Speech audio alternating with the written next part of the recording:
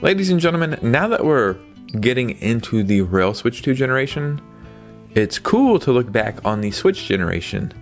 And what's weird is even though there is, I don't know, truly billions and billions of Switch games out there, a lot of these games, like quite a few of them, are extremely expensive for multiple reasons. So in this video, we're going to go over the most expensive Switch games of all time. Let's go ahead and get right into this video. Yeah, Switch 2 games are expensive, and I'm not here to dispute that, right?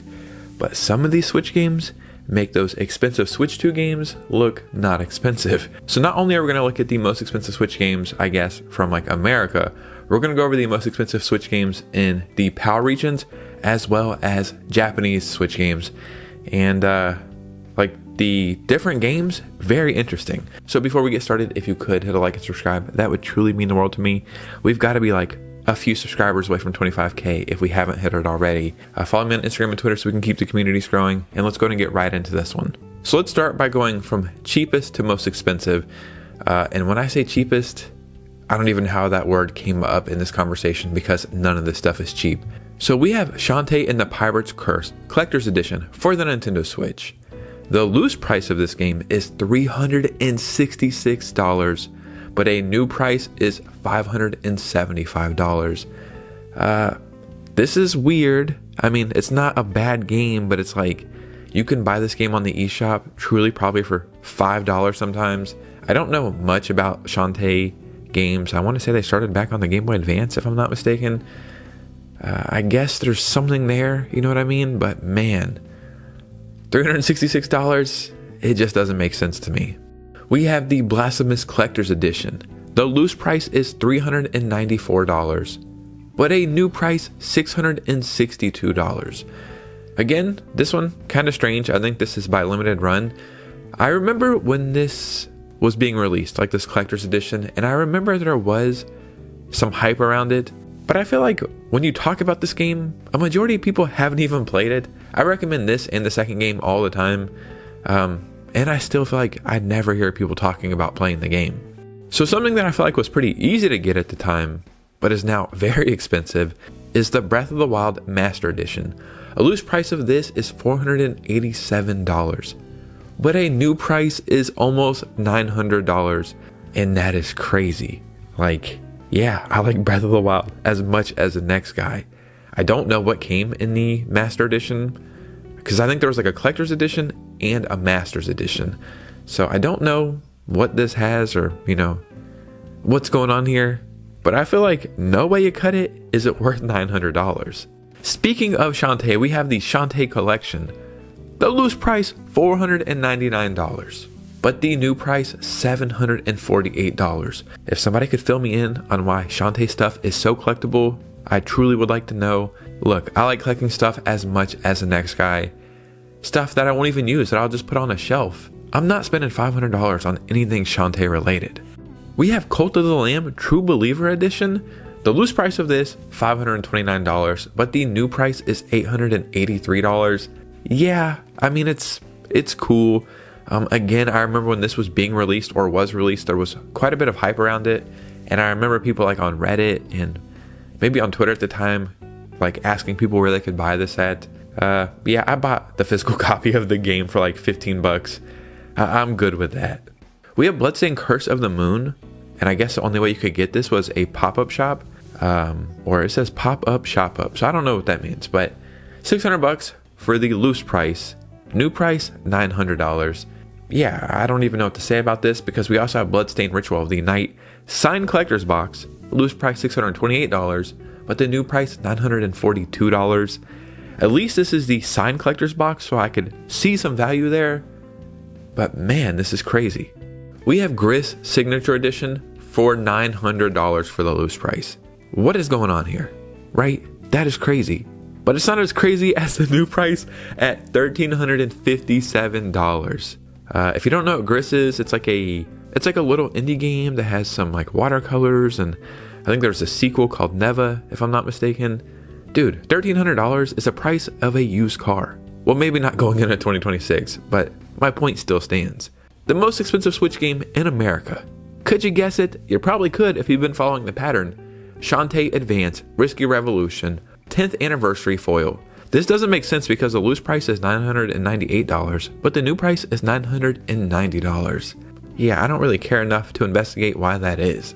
Now we're going to move over to the PAL region, and the list is almost completely different. I think I only see one game that is the same. We have Neo Geo Pocket Color Selection Volume 1. The loose price of this, $233, and the new price, $349. I don't know anything about this, but I know Neo Geo stuff is extremely collectible, so maybe that's where the price is coming from this. But yeah, I guess it's not too bad, all things considered. We have Guns, Gore, and Cannoli, which I actually just learned about this game very recently. The loose price of this is $237, new price $356.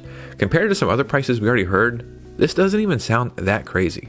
The only game that is similar to the American games in this list is the Blasphemous Collector's Edition, which we already went over. That's the only one. All these other games are different. We have Blue Reflection Second Light Premium Box. The loose price is $273, but the new price is $409. Look, I don't know much about this, but it says premium box, so you're paying a premium price here. We have Travis Strikes Again No More Heroes Signature Collector's Edition. The loose price of this is $323, but the new price is $499. We're almost at the top of this list already, and we're just breaking $500, so vastly different than the American market. We have Octopath Traveler 2 Collector's Edition. The loose price is $350, but the new price is $528. Yeah, that's something there. I don't even know about this. Octopath Traveler 2 is cool, but is it $528 cool? So there's also a Travis Strikes Again No More Heroes Collector's Edition, which is different from the Signature Collector's Edition.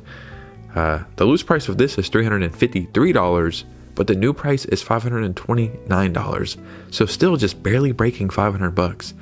And the most expensive Switch game in the European markets is Final Fantasy 1-6 Pixel Remaster Collection Anniversary Edition. The loose price of this game is $486, and the new price $728. I want to say they didn't even break over $1,000, like only $700. That's still very expensive, but drastically different than the American market. But what I'm most interested in, and it's something we never really see, and I'm only curious about this, and I guess the whole reason this video came up, I just bought a Japanese copy of Chrono Trigger. I just started playing the game. I love it. I want to make it my whole identity. But I just bought a Japanese copy of it for like $40, and the American version was like $250. So this got me interested in all these prices and got me thinking about what are the most expensive games in Japan for the Switch. So I'm very curious. So the only game in this list that is on any of the other list is the Final Fantasy 1-6 Pixel Remaster Collection. But the prices are very different. The loose price of this in Japan is $280, and the new price is $420. That is the only game that is on any of the other list. They have Hollow Knight Collector's Edition for $297 for the loose price, but the new price is $445. I love Hollow Knight. I would love to have that Collector's Edition. I would not love to pay those prices. There's a game called Muv-Luv 20th Odyssey Box Limited Edition. Loose price $313. New price $469. I have never even heard of this.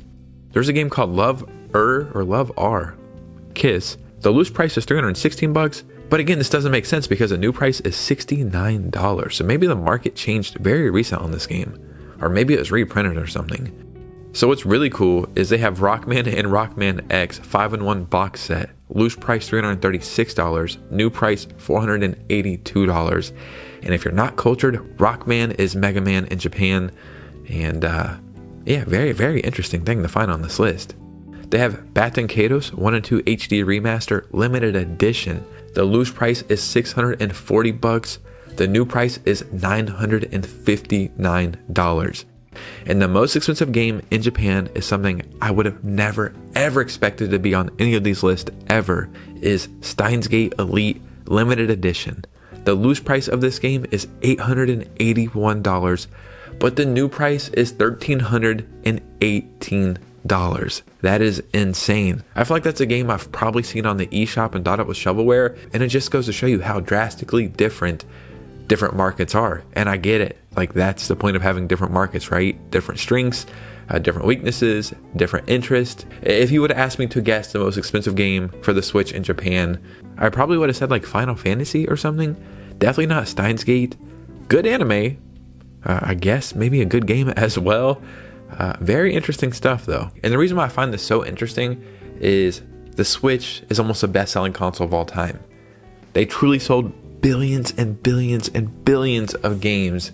So you would think no Switch game would really be expensive. Like, off the top of my head, the only Switch game that I know is expensive, at least in the current market, is Super Mario 3D All-Stars, right? And we know that's because it was a limited release by Nintendo, which is still a very dumb reason, but I think they did it obviously because they were trying to sell Super Mario Galaxy and sell Nintendo Online and yada yada blase blase. Before we get out of here, I just have one question for you. Do you own any of these games?